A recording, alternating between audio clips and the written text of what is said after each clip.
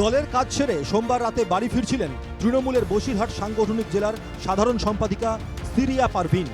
নেত্রীর অভিযোগ, বাদুড়িয়ার শিমুলিয়ার তার গাড়ি আটকে ভাঙচুর করা হয়। গাড়ি থেকে টেনে নামিয়ে তার শ্লীলতাহানি করা হয় বলেও অভিযোগ নেত্রীর। পারভিনের অভিযোগ, বাদুড়িয়ার জসাইকাঠি পঞ্চায়েতের উপপ্রধান তারিক হাসানের লোকজনই তার ওপর চড়াও হয়েছে। জসাইঘাটি আটঘরা অঞ্চলের উপপ্রধান, তিনি আমার গাড়ির সামনেই দাঁড়িয়ে এবং উনি আসার পরে এই পরিস্থিতি, উনি লোকজন নিয়েই এসেছে, এসেই পরিস্থিতিটা পুরো অন্যরকম তৈরি করেছে। ওরই ইন্ধনেই এই কাজটা ঘটেছে। গাড়ি ভাঙচুর করেছে, ইট মেরেছে গাড়ির ভিতরে, আমাকে চড় মেরেছে, ঘুষি মেরেছে, আমার দেহরক্ষী যারা মহিলা একজন আছে তাকে মেরেছে। গোষ্ঠীদ্বন্দ্বের কথা উড়িয়ে জেলা সাধারণ সম্পাদকের অভিযোগকে ভিত্তিহীন বলছেন অভিযুক্ত উপপ্রধান তারিক হাসান।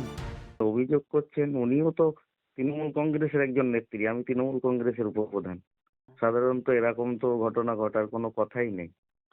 সেখানেই তো একটা গোষ্ঠীদ্বন্দ্ব প্রকাশ্যে চলে আসছে। না না, এরকম কোনো গোষ্ঠীদ্বন্দ্বর কোনো ব্যাপারই নেই।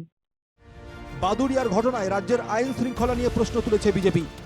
একজন মহিলা মুখ্যমন্ত্রীর রাজ্যে এই মুহূর্তে সবথেকে বেশি নিরাপত্তাহীনতায় ভুগছে মহিলারাই। তৃণমূল কংগ্রেসের দলের অভ্যন্তরেই তৃণমূল নেত্রীরাই নিরাপত্তাহীন তৃণমূল নেতাদের কাছে। এই যে মহিলা নেত্রীর উপর আক্রমণ, এ ঘটনা অত্যন্ত নিন্দনীয়। শাসক দলের নেত্রীর অভিযোগ ও উপপ্রধানের পাল্টা অভিযোগকে ঘিরে সরগরম বাদুড়িয়া। ঘটনার জেরে রাজ্যের আইন শৃঙ্খলা নিয়ে প্রশ্ন বিরোধীদের। বসিরহাট থেকে সঞ্জীব সরকারের রিপোর্ট, NKTV বাংলা।